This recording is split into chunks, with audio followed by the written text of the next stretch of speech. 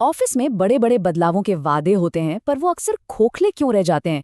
चलिए इसके 7 घातक पाप समझते हैं। कई बार ऐसा लगता है ना कि कॉरपोरेट प्रोजेक्ट्स बस समय की बर्बादी हैं, बड़े बड़े वादे पर नतीजा कुछ नहीं। तो ये एक इन्फोग्राफिक है जो 7 सबसे आम गलतियों को दिखाता है। इन्हें घातक पाप कहना गलत नहीं होगा। पहला पाप है गलत माप से जुड़ा, मतलब ऐसा डेटा इकट्ठा करना जिसका कोई इस्तेमाल ही ना हो। जैसे कि गेम्बा वॉक्स, इसमें मैनेजर्स बस दूर से काम देखते हैं, पर असल में क्या हो रहा है वो नहीं समझते। ये बस मेहनत करने का दिखावा है, असली जानकारी तो मिलती ही नहीं। दूसरा है केपीआईज, यानी परफॉर्मेंस के आंकड़े। इन्हें इकट्ठा तो किया जाता है, पर कोई पढ़ता ही नहीं।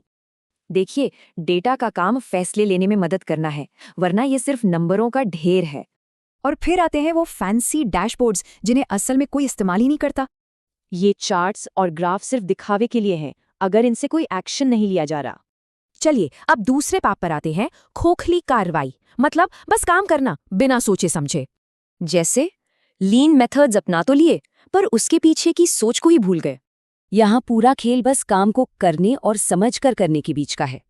ये तो बस एक स्क्रिप्ट रटने जैसा है जिसका कोई असली फायदा नहीं होता। और पांचवा पाप, नई टेक्नोलॉजी को पुराने टूटे फूटे प्रोसेस पर लगा देना। नतीजा, गलत काम को ही और तेजी से करना। और अब आते हैं आखिरी कैटेगरी पर, व्यर्थ प्रयास, मतलब बिजी दिखना पर काम कुछ ना करना। इसका क्लासिक उदाहरण है मीटिंग्स के बारे में मीटिंग्स। ये असल काम में बस एक रुकावट है। सारी एनर्जी काम करने में नहीं, बल्कि काम के बारे में बात करने में ही खत्म हो जाती है। और सातवां पाप, छोटी मोटी क्विक विन्स को सेलिब्रेट करना, जो बड़ी समस्याओं को छुपा देती हैं। इससे कामयाबी का झूठा एहसास तो होता है, पर असली प्रॉब्लम तो वहीं की वहीं रहती है।